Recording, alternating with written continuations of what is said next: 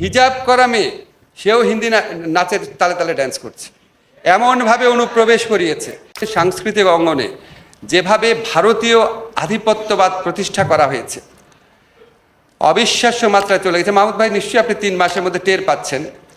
আমাদের এখানে এমনকি একটা সামান্য বিয়ের প্রোগ্রামের মধ্যেও আমি দেখি, আমার নিজের চোখে দেখা, হিজাব করা মেয়ে সেও হিন্দি নাচের তালে তালে ড্যান্স করছে, এমনভাবে অনুপ্রবেশ করিয়েছে।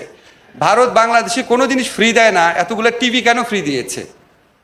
এই সামান্য প্রশ্ন আমরা করতে ভুলে গিয়েছিলাম। তো এই সাংস্কৃতিক আধিপত্যবাদের বিরুদ্ধে লড়াই করতে হবে কোনো অন্য দেশের প্রতি শত্রুতা থেকে না, নিজের আত্মপরিচয়, নিজের আত্মমহিমা, নিজের আত্ম অহংকারকে বোঝার জন্য।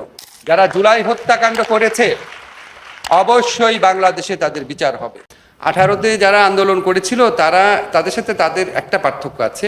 18তে যারা আন্দোলন করেছিল তারা জীবনের মায়া ত্যাগ করে আসতে পারে নাই, এবং ওরা ডিটারমাইন্ড ছিল মরে গেলে মরে যাব, রাজপথ ছাড়বো না। এবং এই সাহস তারা আমাদের মতো বৃদ্ধ মানুষদের মনে সঞ্চারিত করতে পেরেছিল।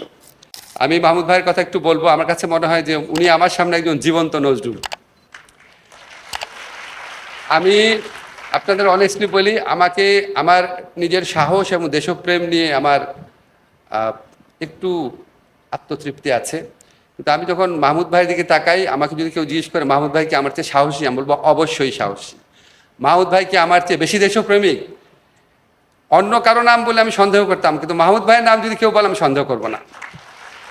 এবং আমরা সেই শাহবাগের দুঃসহ দিনগুলোতে, আপনাদের একটু মনে করিয়ে দিই, আমার রুমে আগুন দেওয়া হয়েছিল, 16 থেকে 20টা ব্যানার টাঙিয়ে দেওয়া হয়েছিল যে আমাকে ঢাকা বিশ্ববিদ্যালয় থেকে বহিষ্কার করা হবে। প্রচণ্ড মানে